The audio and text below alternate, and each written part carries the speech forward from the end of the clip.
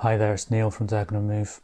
Taking a look today at the Battalion Combat Series, or BCS, specifically looking at Arracourt, which is one of the more recent entries in the series and has the reputation for being something of an entry-level game. Entry-level being something of a relative term because the system is not the most straightforward system I've ever tried to learn. Now, the system itself, the Battalion Combat system, is almost a halfway point between an operational level system and a more tactical system. So you have that kind of bigger scale map view, but you have the sort of the mobility and the individual units that you might find in a more tactical system. This is quite an interesting concept for me, not something I've come across before, and that really showed in my ability to learn the game from the rules as they're written. Now the rules, there's quite a few rules. There's a great big series rule book. There's a support book, which is almost like a guide to the rule book. There's the Arracourt game rules themselves, which are quite thin, but they have all the scenarios and stuff in. And so that's 3 books which between them teach you how to play Arracourt in theory. There's also numerous charts. I mean, there's things like A3 double-sided. There's charts in the series book, there's charts in the support book, there's charts in this book too.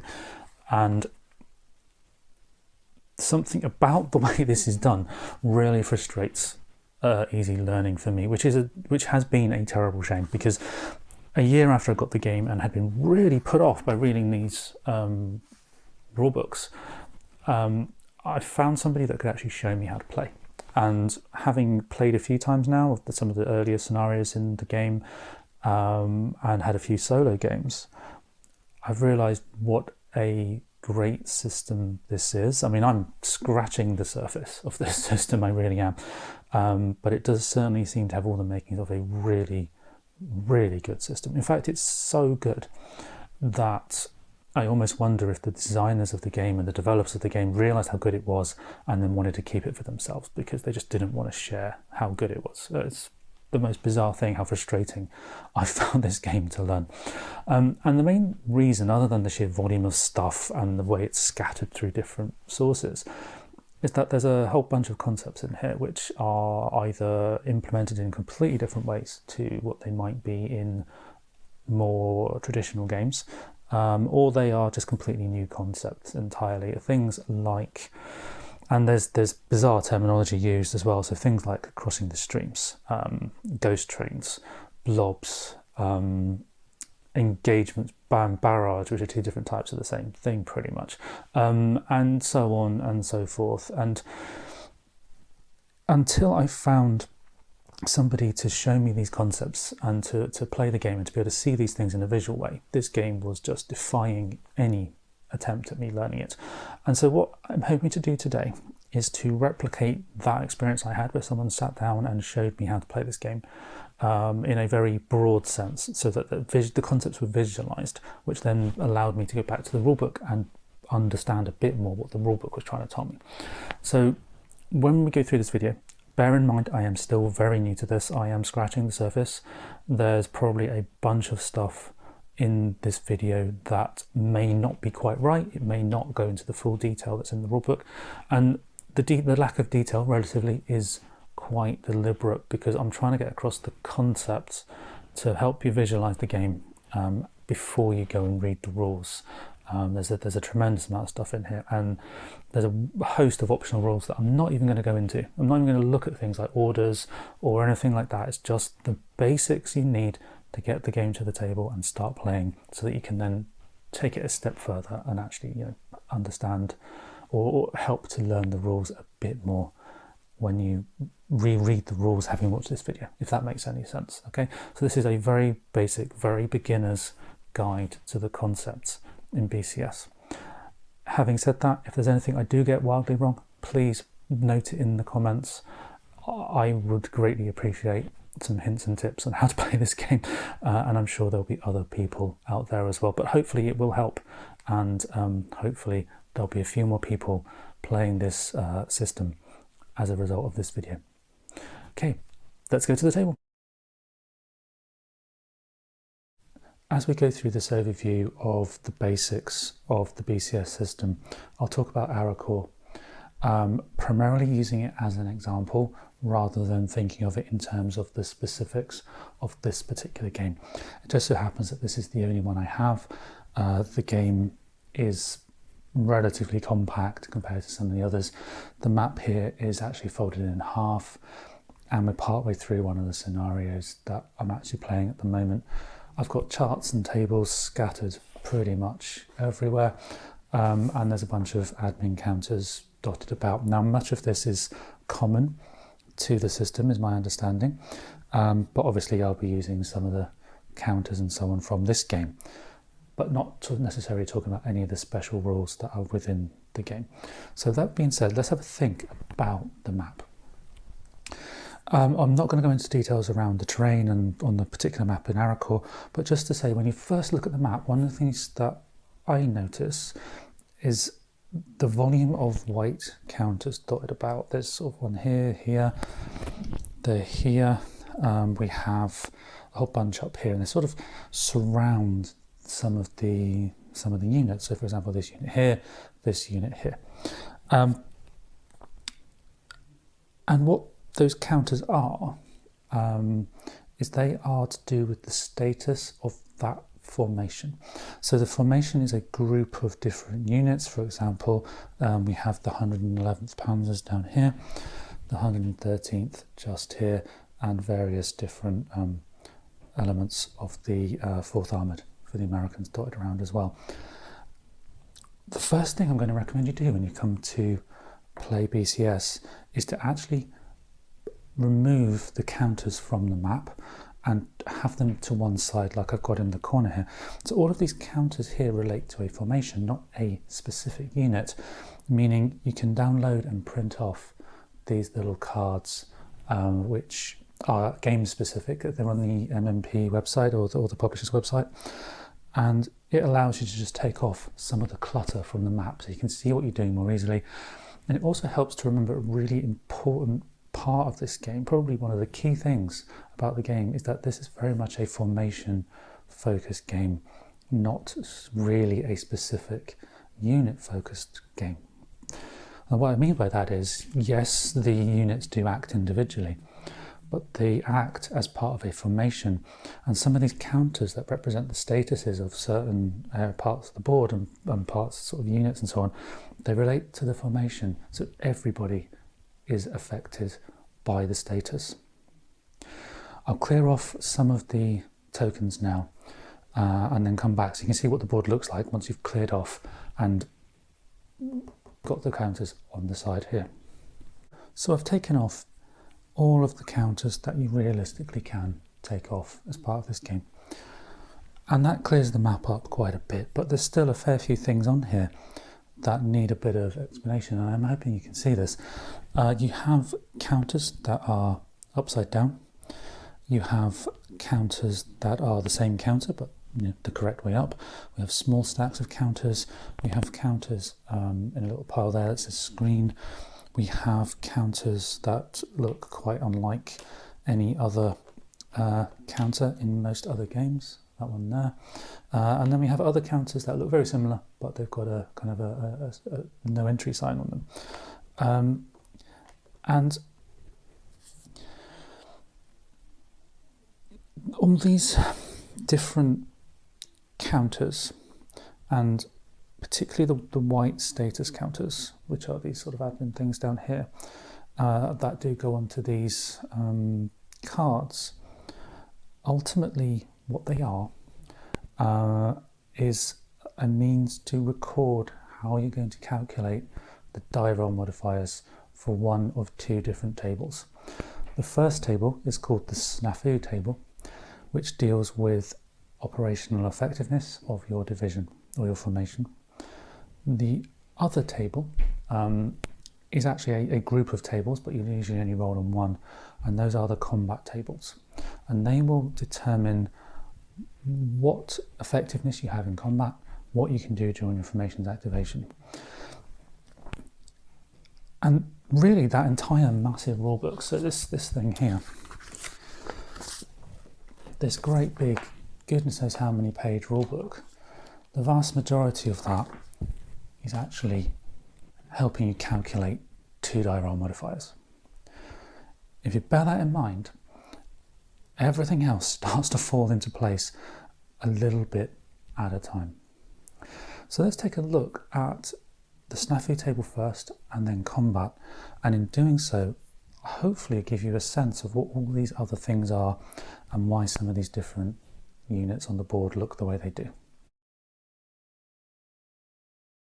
Let's start with snafu. That's this table here. It's a nice traffic light system of effects when you have a full, partial or fail result. There's a stack of modifiers here, which we'll go through a bit at a time, and there's the actual die roll results just there. What the snafu is, it determines how effective your unit or your formation, your group of units is on this particular turn that you're about to play. At this point in the game, you will have decided who's gone first, you will have rolled for the weather, all that kind of stuff. And then whoever's turn it is has to decide, firstly, which unit they're activating, although if you play solo, there's a variation where you can do chip pull. But basically, once you've decided whose turn it is, that person picks a formation to activate and then works out what that activation will look like this turn.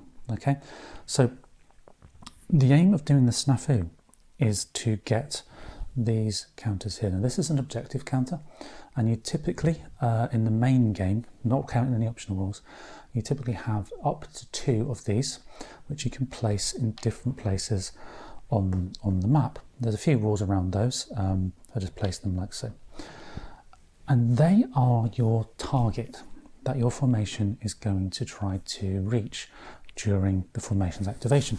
So let's pretend for a moment I am activating the 113th Panzer, which is this group of units here. And I've rolled pretty well. I've got 2 objectives. I can place these onto an area. So I place one on that let's say that hex there, and one on this unit here. That means those 2 points are places that this formation can combat or try to reach. If you do not want to or don't think you can reach any enemy units or a VP hex, you do not have to place these counters. But if you were to move adjacent to a unit, for example this one, that you haven't got an objective counter on, you cannot fight it. And so one of the really important things about this game is working out where and when to place objectives. So that's the aim of the snafu. It's how many of these do you have, and that allows you to work out what you're going to do with your unit this turn, or your group of units this turn. And that's so important, because if you're not in an objective hex or within 2 hexes around it, you cannot engage the enemy and you cannot go into a VP hex. So essentially that's the crux of the game right there, getting the right units in the right places at the right targets, and that is the entire point of the snafu roll. What influences that snafu roll? Well, as I said, there's a gigantic list of things here. Some of these things are fairly obvious. You have fatigue, you have DRMs specific to the game, you have supply lines that are blocked, and so on. Some of the terminology is very odd though. So for example, we have optimal distance, ghost trains, crossing the streams, trafficability, and so on, which I'll try and go through in a little bit more detail now. Starting with the fatigue, I'll just start at the top and go with the fatigue.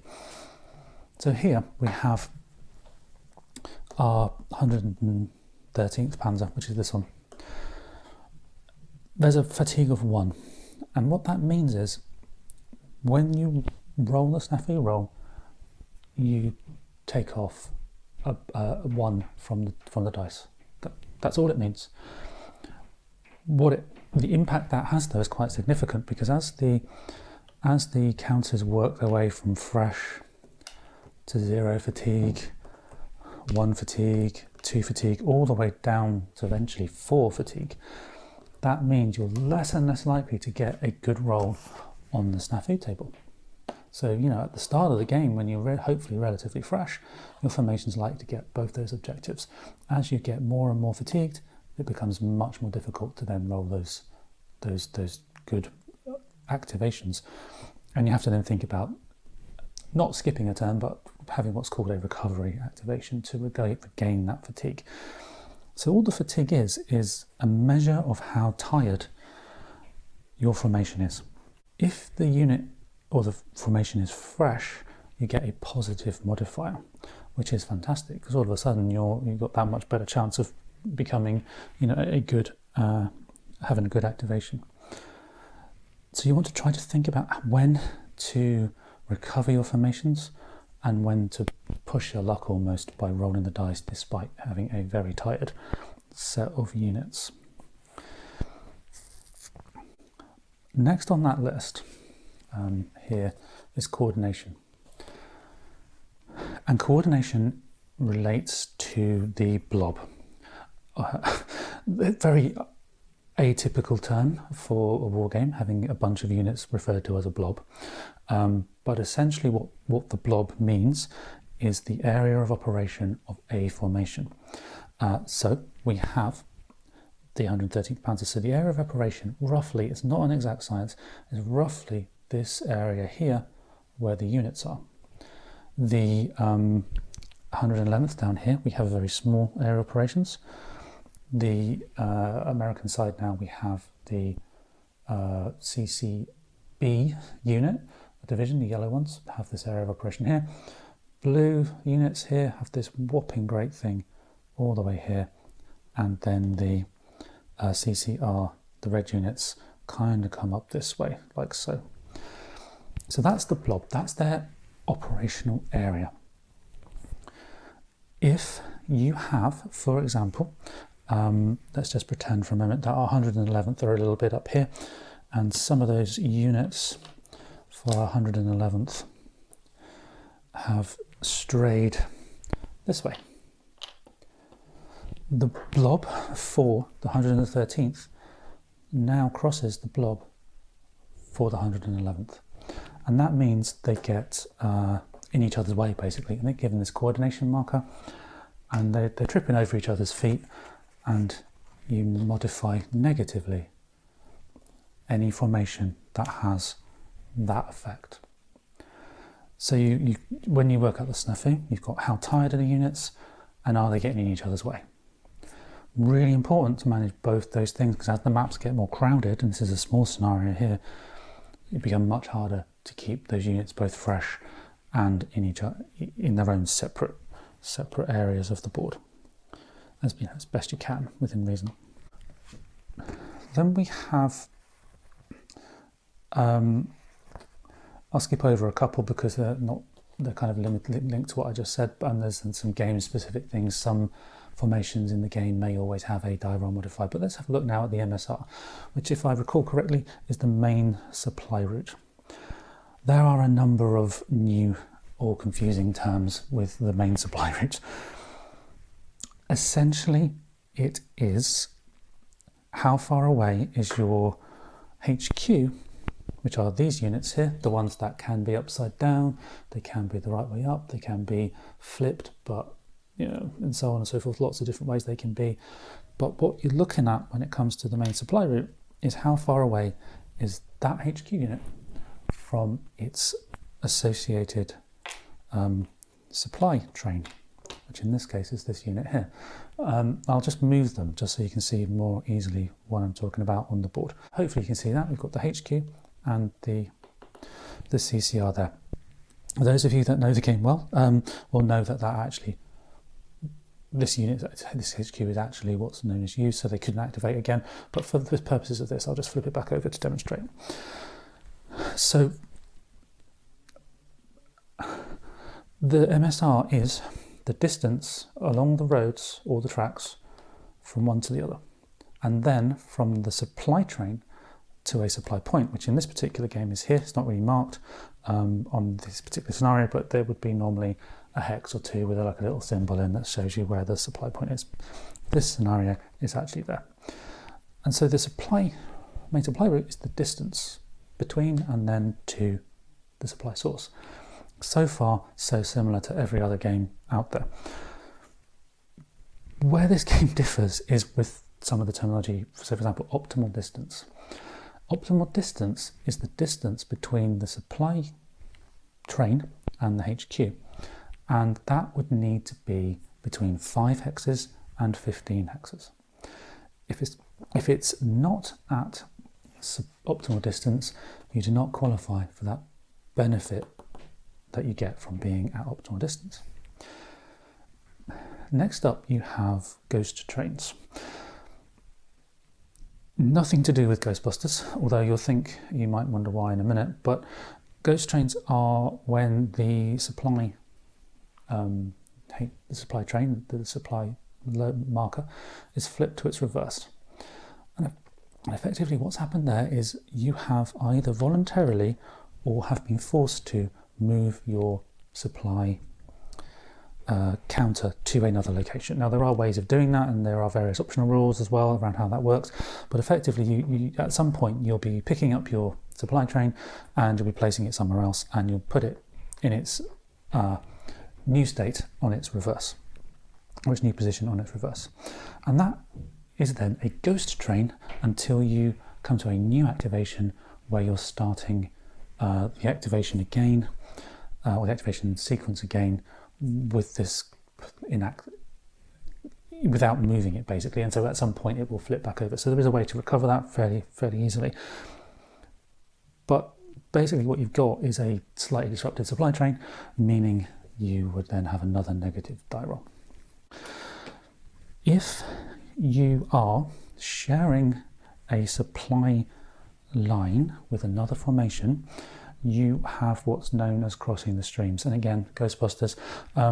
So let's look at that for a second. So we have here our HQ.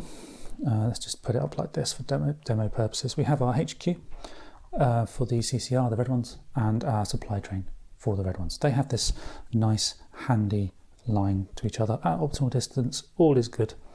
However, that supply line is at least partially shared between the blue unit, which goes from here to here. So the blue supply train crosses the supply line of the red unit.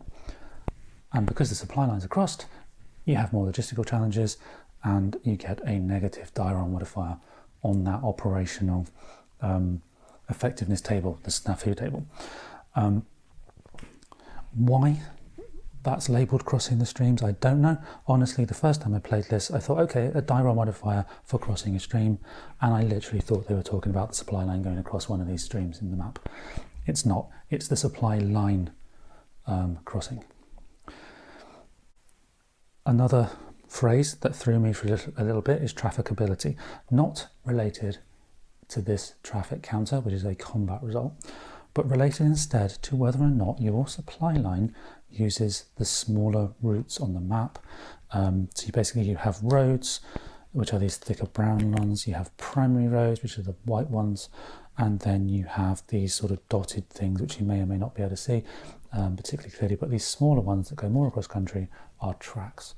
And if your supply line uses tracks, so let's pretend for a moment, well actually we don't need to pretend because our HQ here is actually using tracks.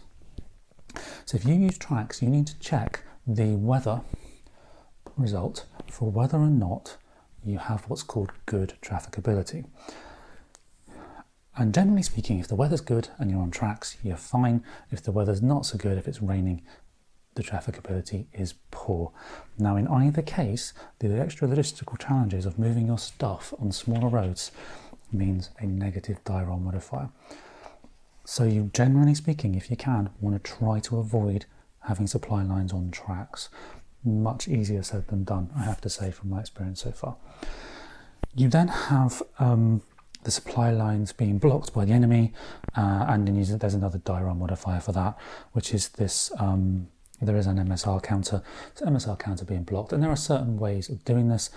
As I said, this isn't really about going to the nitty-gritty or the minutiae of how some of this works, but effectively the line will be blocked.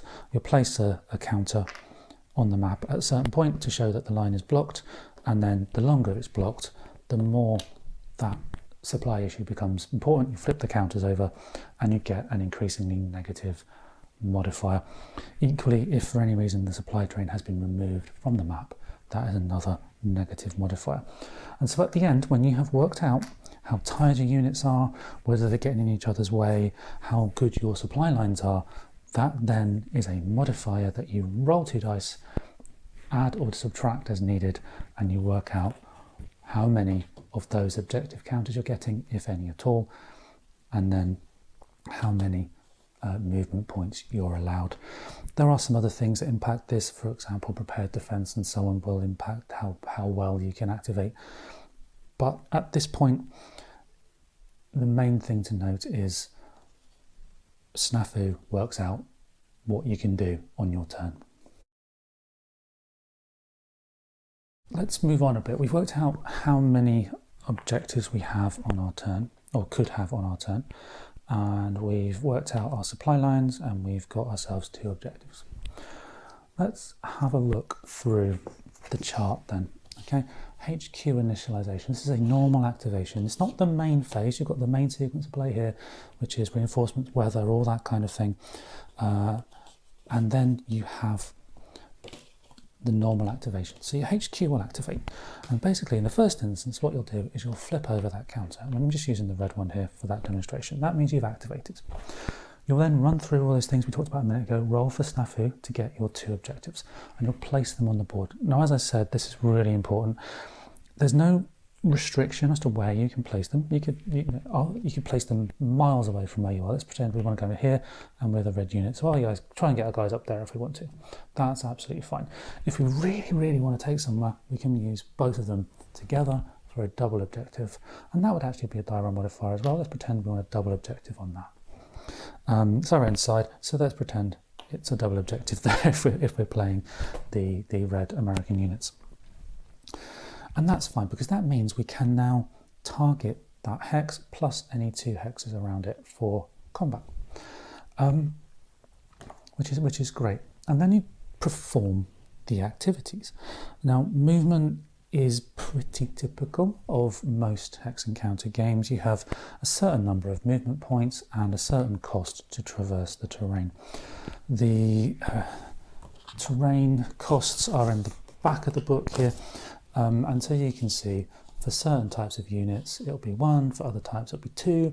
Roads reduce the rate of movement cost, woods do certain things, marshes are generally prohibited, and so on and so forth. This bit's pretty straightforward, but then you have some other things which kind of throw a little bit of spanner in the works, as other things do. And so, for example, we have stop, and let's talk about stop. So units within a formation are moved 1 at a time to completion of that unit's move. So that's move and combat. You do everything for each unit 1 at a time. So there's no moving all your guys up and, stacking all these people around one single unit to have a massive attack. You move with one, you shoot with the same one, and then you move the next one. Except it's not that simple. Nothing is. Because this unit here, for example, could charge its way down there, paying all the relative costs, and it can attack. Once the attack is resolved, if it still wishes to, it can attack again and move and attack again, and you can do that up to twice.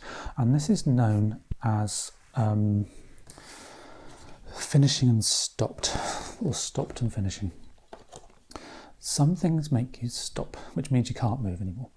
Some things make you finish, which means you can't do anything. You're done, right? Sort of, not quite. you can see why this is confusing. So there are certain things. So if you go into the wrong piece of terrain, so our army unit's going to go into the woods, you stop. You can still shoot at this guy, but you can stop. If you move up somebody, you shoot once. That's fine. You get 2 shooting attacks, 2 fire events as they're known. If you use both of those fire events, you stop. You can still do some other things such as look at bombardments and things, which I'll go on to in just a moment. And so what this idea of units stopping and finishing and certain things having one effect and other things having a second effect, hopefully what that shows is that each unit has multiple different abilities, if you like, for want of a better term. Let's take a look at this Panzer unit and then we get a sense of the different abilities of units. Now normally when you have a hex and counter, you have a few numbers along the bottom, maybe a few numbers at the top as well. And generally speaking, it's combat, strength in attack, combat strength in defense, and then movement allowance. Not the same here. We do have the movement allowance, that's fine. But then we have the number on the left, which is the red 3. That is its AV rating in the case of a tank.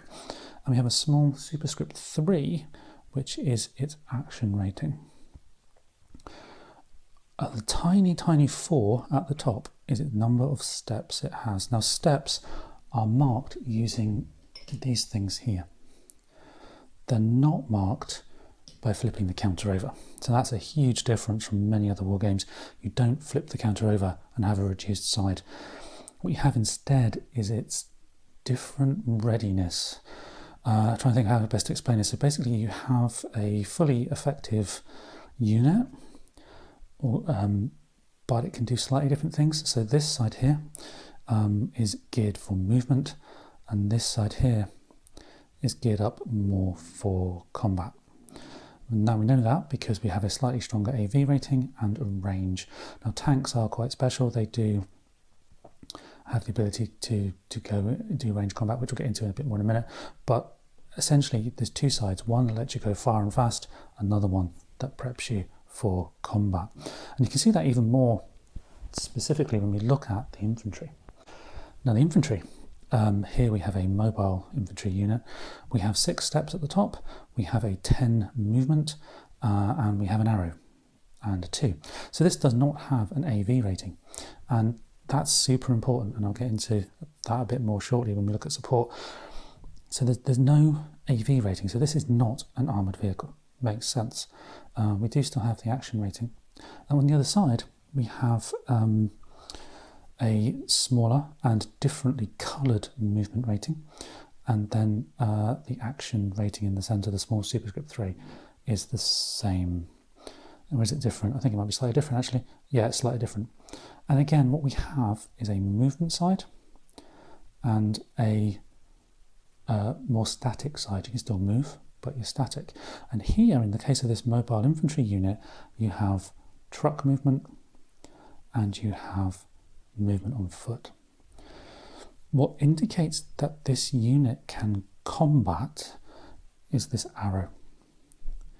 If you do not have one of those arrows, you cannot engage in combat on the side that you've got showing. Now, it's not on this one, you're quite lucky because you're mobile infantry, you can combat using both sides. It just depends on where you're going and the different movement costs and so on of the terrain you're crossing. However, if you were this pioneer unit here, which has a very nice 10 movement as well, there's no arrow. You cannot combat on this side. This is its movement only side. Here, you flip it, and now when it's flipped, you have that arrow and you can combat. So it's very important at the start of your movement of any unit to decide whether you're flipping to more of a combat focus or more of a movement focus. Now in this particular game, many of the units can do both to a greater or lesser degree, but what you can do with your counters depends on partly on what side of the counter you've chosen to use. And that is very, very different to many, many other war games. With the tanks and other units that have an AV rating, the movement is in red. That just shows it's tactical movement. So it's different types of movement that have different costs on the terrain. And so here we have load movement is 1 in the open, tactical movement is 1 in the clear. That's your AV. 2 for trucks. Trucks don't like driving across fields. Infantry and tanks don't seem to mind it so much.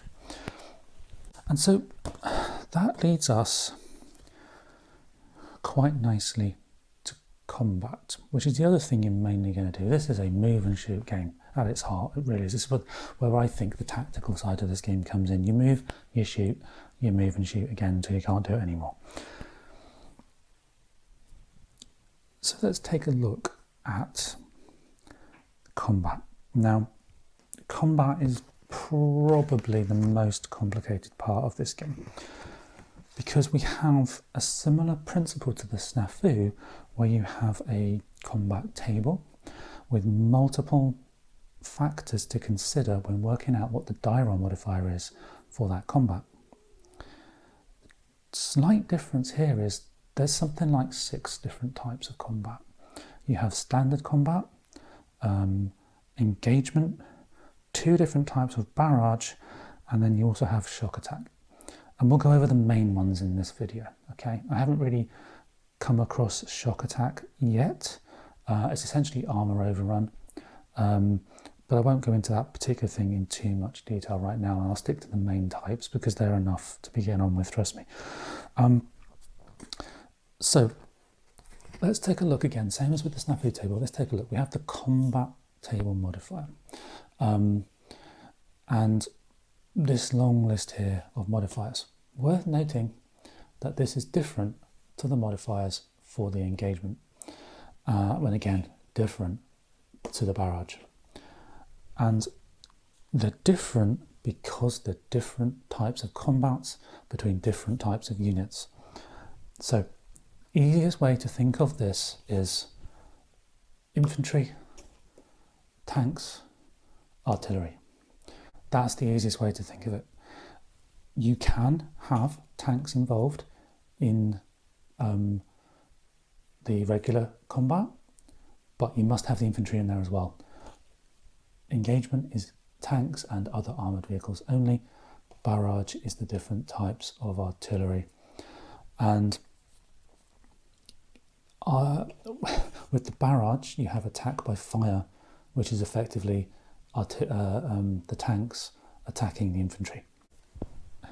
I think to start, we'll start with the simplest type of combat, which I think is the engagement table. So that's tanks versus tanks, right? So let's pretend we have this panzer unit down here, and it wants to attack this armoured unit here. Not a problem. All we need to do is we need to look at the AV rating, which is the one on the left, and the action rating, which is the superscript number in the middle, and compare it with the AV rating of the other tank. Now, we have a 6 and a 6. That's fairly even right now. However, that decision about what side to use, it would have been 7 versus 6 if it was on its more combat-focused side. And it would have a range, which would mean we would be able to, assuming certain conditions are met, be able to attack from a non-adjacent hex within the numbers stated for its range. The opponent doesn't really get a choice of what side to defend on, but just so you know, you would also have a benefit had you been on a certain side as the defender. And now you make that choice when you start your move, not at the end, but you know, that is just to note that. So anyway, we have our 2 units, and they're going to go next to each other here like this, and they're going to fight. And we would not necessarily, in this case, because it's engagement, we would not necessarily need to flag an objective. We can if we choose to, but we don't need it. Now, if we choose to, and we've chosen to put double objective, we get a die roll modifier. We really want to take out that tank unit. If we have a unit that is AV capable, So it does have a large number there, but it's not a red number. Then that is what's known as limited AV. Now I'm going to try and find, here we go, let's try this one. That's a bad example. Let's try this one here. This is a good example. We're not obviously attacking with this unit right now, but we have a green 2. Hopefully you can see that, yeah, a green 2 rather than a red 2. That means it is AV, but it's not as effective an AV as the red ones. And you'll hear some terminology like hard red, yeah, which means basically it's a tank with a red AV. If you do wish to know what a hard means, it's the yellow vehicles in the middle. It is essentially, well, literally the hard topped tank units.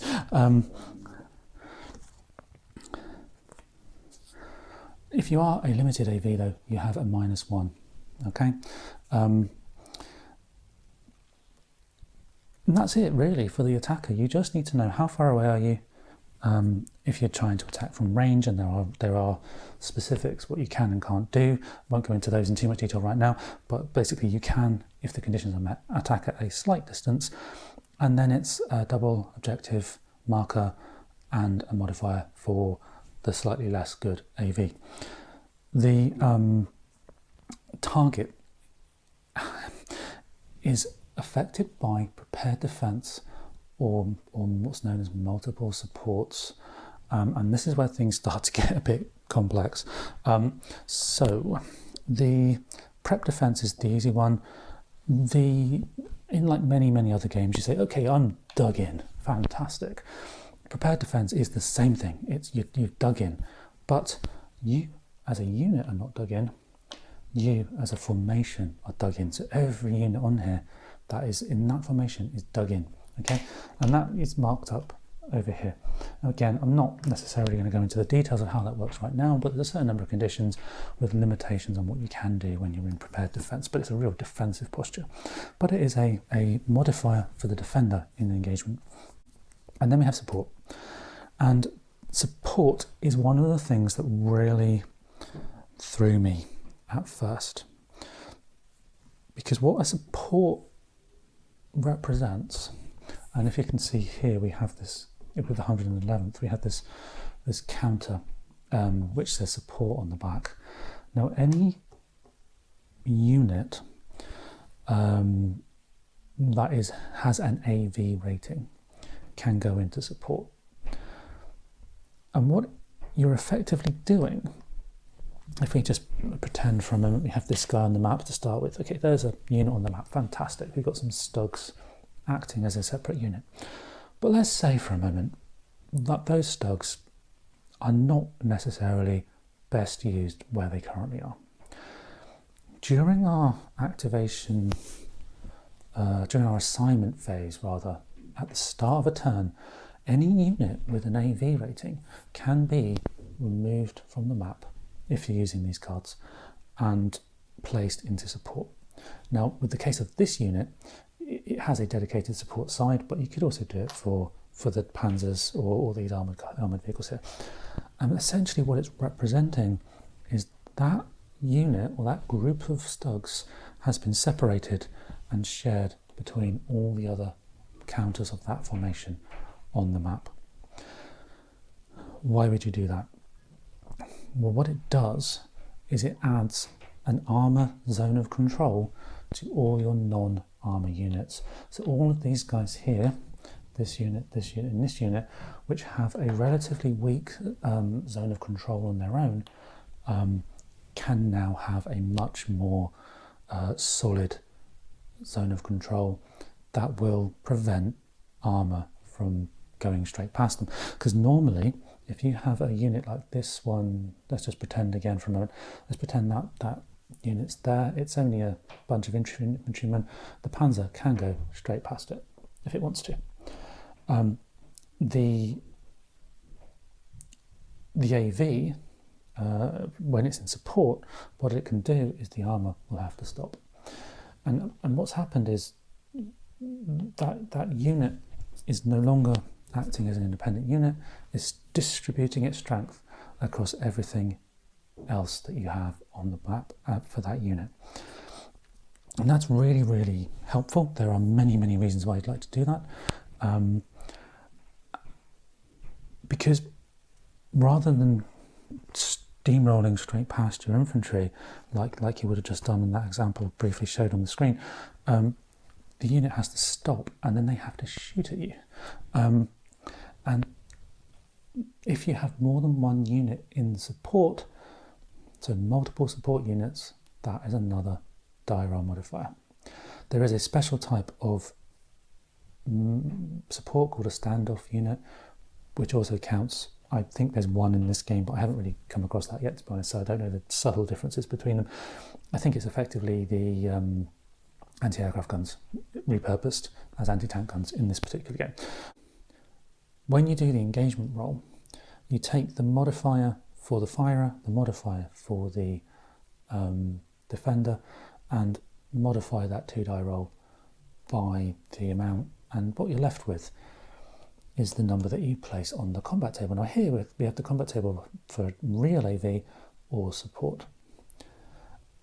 And that is important because if you were fighting here, tank to tank, that is an AV against an AV. That's an old-fashioned stand-up battle between tank units.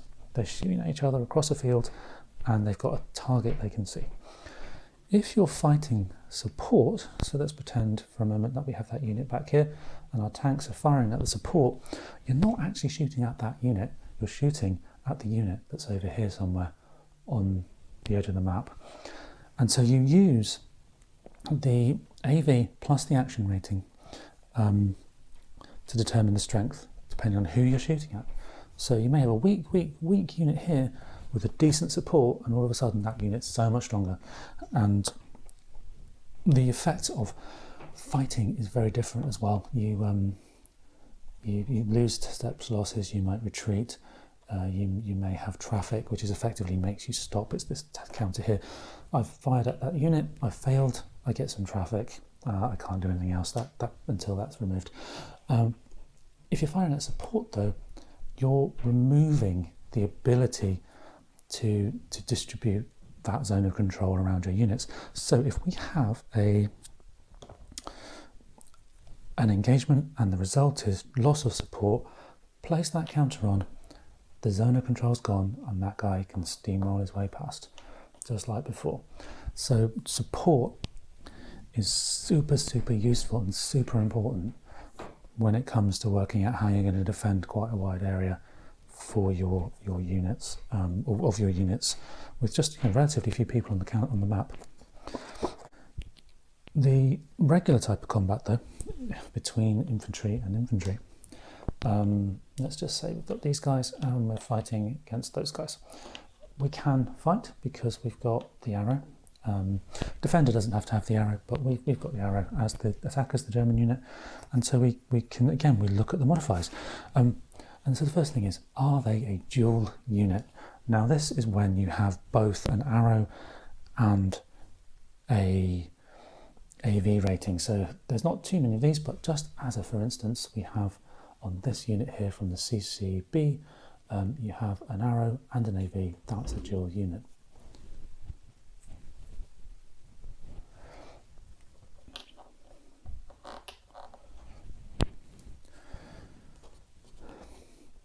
So a dual unit will give you a modifier in infantry combat. If you have appropriate support, and in this particular game it's red AV, you will also get a die roll modifier as well if you're not a dual unit.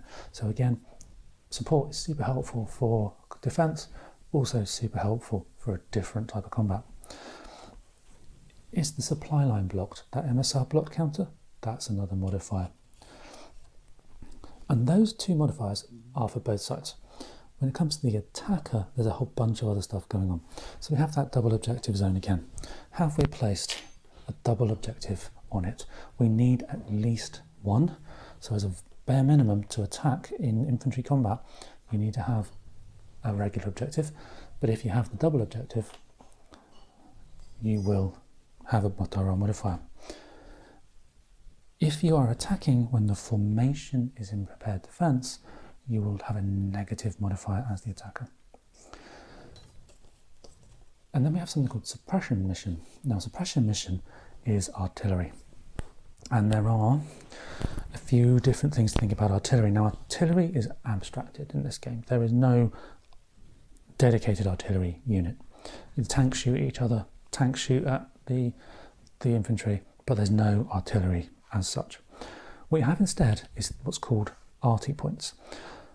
Why they couldn't just be called artillery points, I don't know, but they're arty points. And depending on the formation, you may or may not have some. So you have, for example, here, this has like a 1 in an explosion. The formation has a dedicated 1 arty point. Then you can have a look to see whether you've got any of these.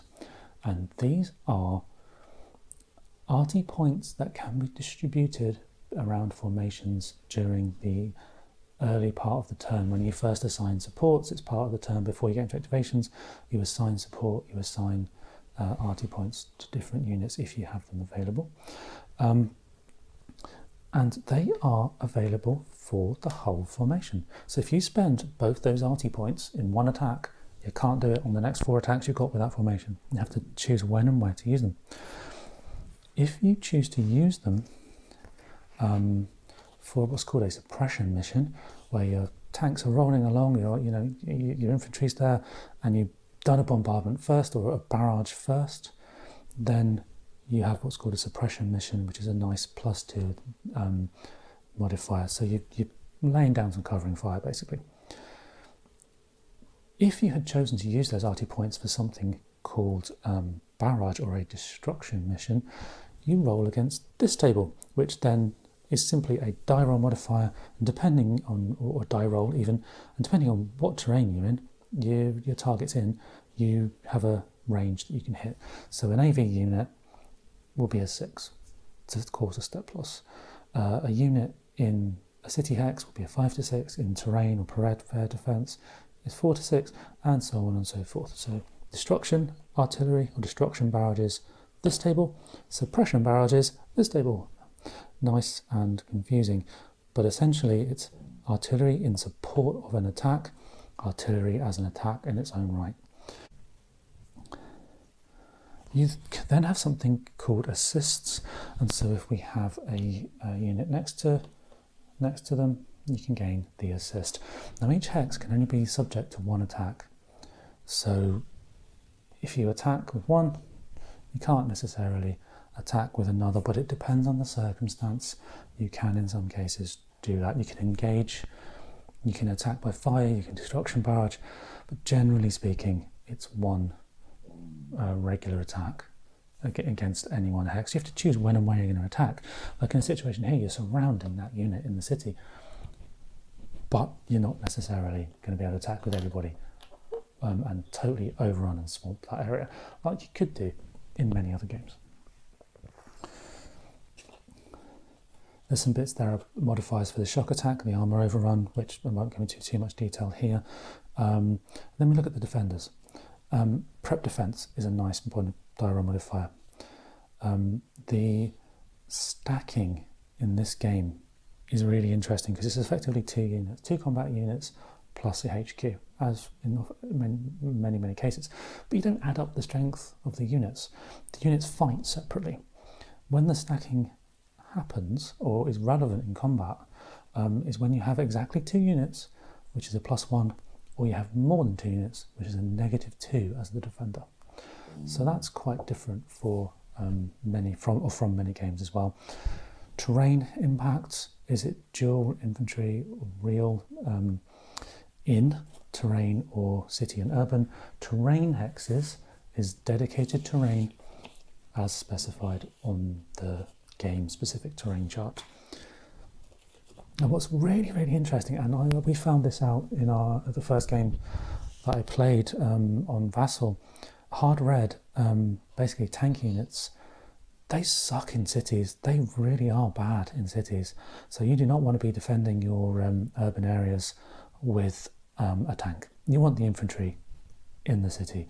However, in the open, tanks are pretty solid, and you know, you different diorama modifiers depend on the type of unit in the type of terrain. And as with the engagement, you work out the total modifier by deducting one result from another and roll the dice and deduct. And then you check this table. And generally speaking, it's fairly similar to most other games in that you have step losses, retreats, traffic, which causes stopping of a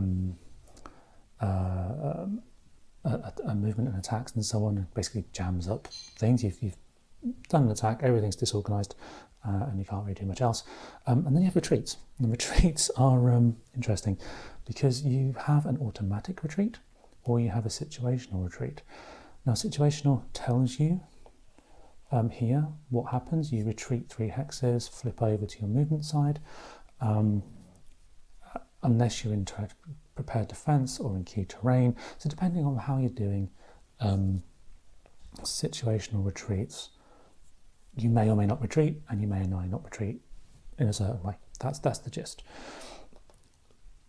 Automatic retreats, you have to retreat, okay? But what's interesting about this game, and you know, there's a whole bunch of rules around this, but what's really, really interesting about this game is you retreat regardless. You know, there's no worrying about, oh, I can't, you know, escape through X, Y, or Z. You know, and there's actually an example in the book of a situation that looks a bit like this. And that unit just retreats through. There are certain effects, you know, and things like that to consider, but retreats, you just go straight across any terrain, you straight across any other units and so on.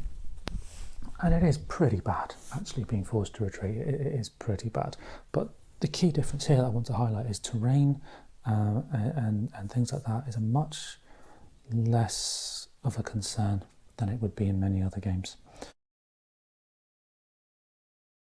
Conscious we have been doing this video a while, and there's still so many more things to cover in this game if you wanted to really get in the nitty-gritty and the detail, especially with the optional rules. But what we've done is we've covered the main things. We've covered the snafu, which is how effective are your units, how tired are they, how organised are they, what's the supply line like. The result of that snafu table will tell you how far you can move, and in terms of your full movement allowance or half movement allowance, and how many combat objectives you have. Once you've placed your objectives, should you have a target you want to go for, you then activate the unit of your choice, and you then run through the different activation steps to move your formation. Once you've got into combat, you then check a number of other things to determine how effective you are in combat against that particular type of enemy with that particular type of zone of control or support. So there's a hell of a lot in this game. I mean, as I said, I've touched the surface really. There is a multitude of rules, and this really is intended as a primer so that the overall concept in the game are covered, rather than the nitty-gritty of, you know, how retreat works, how exactly do you do X, Y, or Z, you know, that's all in there. And it's spread across 4 different things, 4 different books and 4 different sets of tables, and there's things I haven't touched, like isolation. You know, isolation's brutal in this game. If you're out of command range, actually, while I'm here, if you're out of command range, which is this number on the HQ, this number here, which is actually a really bad example because that's a 12, but if we had a command range of, say, 5, like this one here, and this guy was up there somewhere, right, out of command range, when the time comes, if you are out of command range, you lose steps. It's really brutal compared to some games, so you really want to keep those formations quite tight. Yeah, really quite tight. Another thing I haven't covered at all, and I really should do, is that this whole activation sequence, where you roll the snafu, you do the activities for your formation. You do that twice. You do that twice for each formation, you know.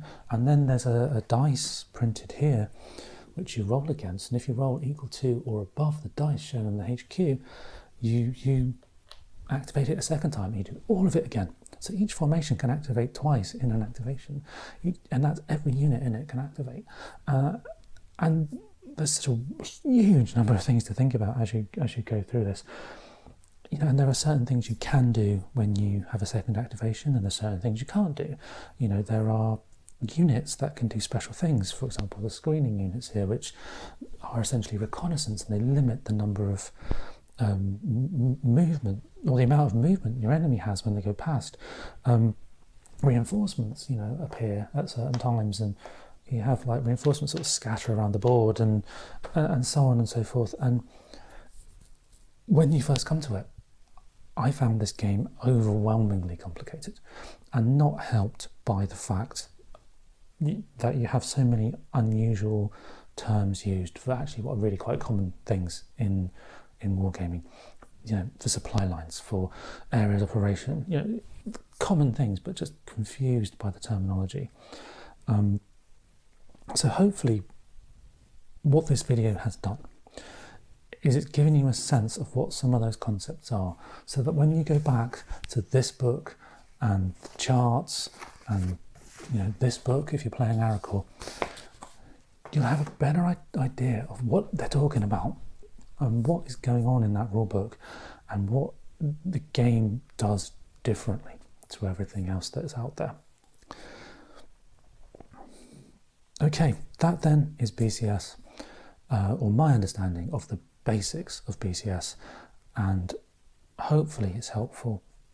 As I think I said at the beginning, if there's anything I've got not quite right or anything that needs clarifying, put it in the comments. I could certainly use some pointers, and I'm sure I'm not the only one. I will eventually do more of a playthrough so you can see some of this stuff in action. Might not be for a while, but I will get to it eventually. But until then, I hope this has been helpful. See you next time.